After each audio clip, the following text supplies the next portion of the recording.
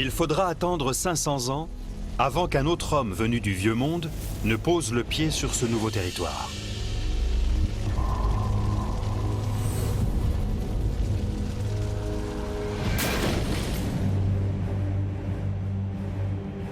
Ni chevaux, ni outils en fer sur le continent américain.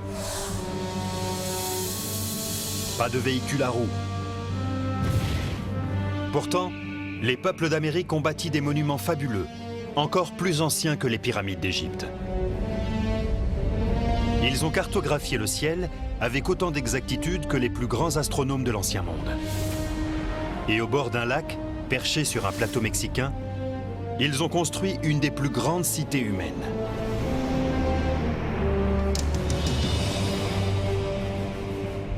Tenochtitlan, la capitale flamboyante de l'Empire aztèque.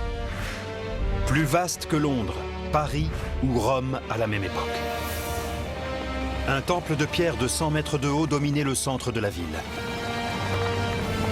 Point de rencontre symbolique entre les royaumes du ciel, de la terre et du monde souterrain.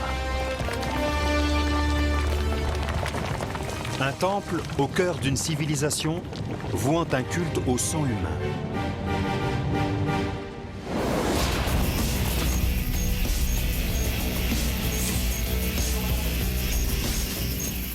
À 150 km de la ville,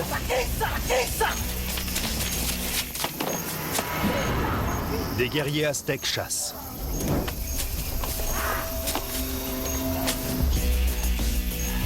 Leur proie n'est pas un animal, mais un homme.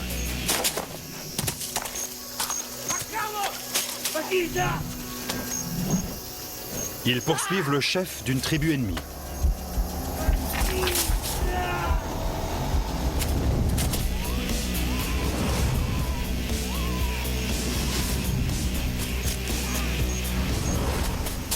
Ils ne doivent pas le tuer, mais le ramener vivant.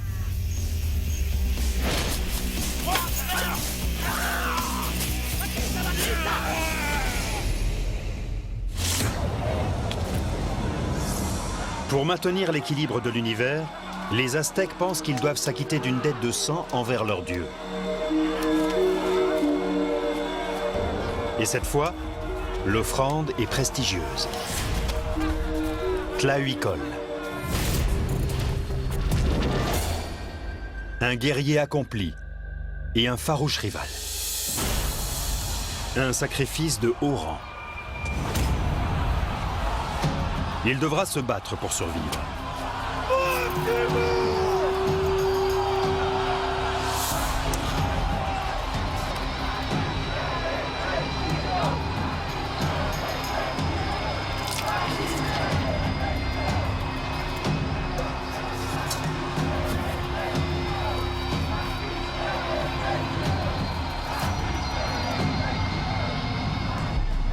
Chez les Aztèques, l'art du combat s'apprend à la puberté. Les meilleurs obtiennent le titre de guerrier jaguar. Leurs lames ne sont pas forgées dans l'acier. Elles sont taillées dans l'obsidienne, une roche volcanique vitreuse. Elle est tellement tranchante que certains chirurgiens modernes la préfèrent à l'acier. C'était le matériau le plus tranchant connu de l'homme. Une lame d'obsidienne coupait un homme en deux. Pour Tlahuicol, un gourdin décoré de plumes.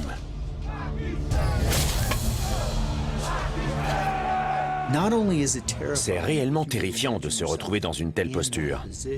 Mais je pense que ça donne aussi une occasion de voir de quel bois on est fait. Ce combat à mort va s'avérer légendaire et marquer l'histoire aztèque.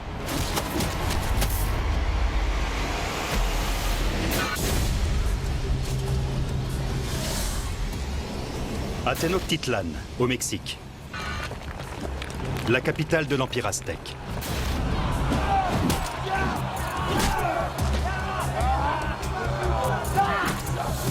Un guerrier captif se bat pour survivre.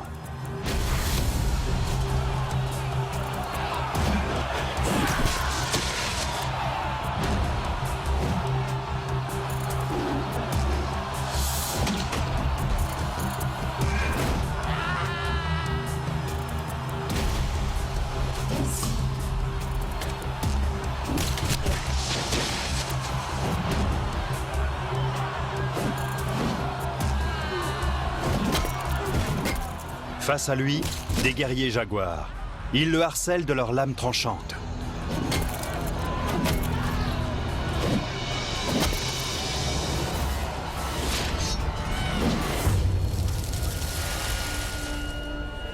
Les Aztèques ont fondé une des civilisations les plus avancées de leur temps. Dans leur capitale, l'ivresse, le vol et l'adultère sont punis par la loi. L'école y est obligatoire, 350 ans avant la naissance des États-Unis. On y pratique avec enthousiasme la philosophie, la poésie et les mathématiques. Ils tenaient l'art et la littérature en très haute estime. C'était une civilisation incroyablement sophistiquée.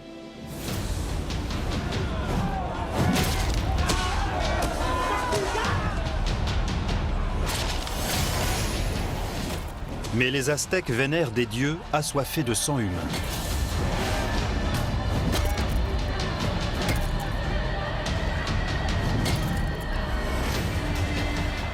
Tlahuicol a déjà terrassé 8 adversaires.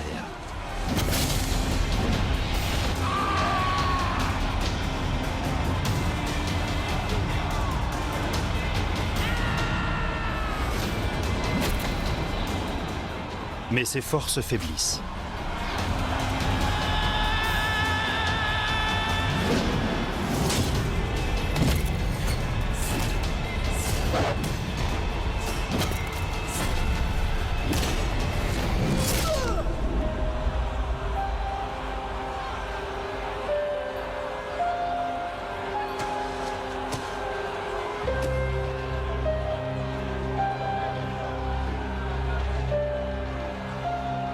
Le guerrier qui viendra à bout du captif aura le privilège d'en porter la peau durant 20 jours.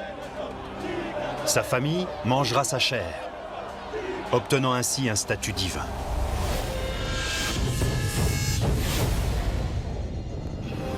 Les prêtres aztèques sacrifient des milliers d'hommes, de femmes et d'enfants tous les ans. On mentionne même 20 000 sacrifices lors d'une de leurs cérémonies les plus sacrées. Aucune civilisation humaine n'a sanctifié à ce point le meurtre rituel. Les Aztèques abordaient la thématique de la mort avec beaucoup de philosophie.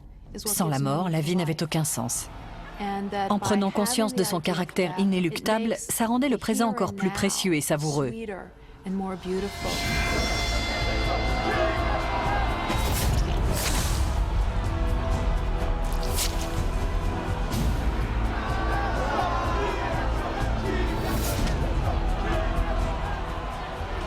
Le cœur encore chaud de Tlahuicol est offert au dieu du soleil et de la guerre, Huitzilopochtli, le gardien de l'univers.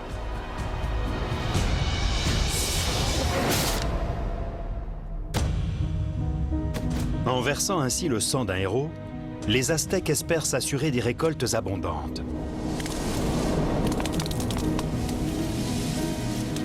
Ils cultivent une céréale qui changera le destin de l'humanité. Le maïs. Il y a 6000 ans, les premiers cultivateurs des Amériques ont transformé cette mauvaise herbe en une céréale produisant plus de calories par hectare que n'importe quelle autre culture. Le maïs possède 2 fois plus de gènes que l'être humain. De nos jours, il est présent dans un quart des produits que nous consommons.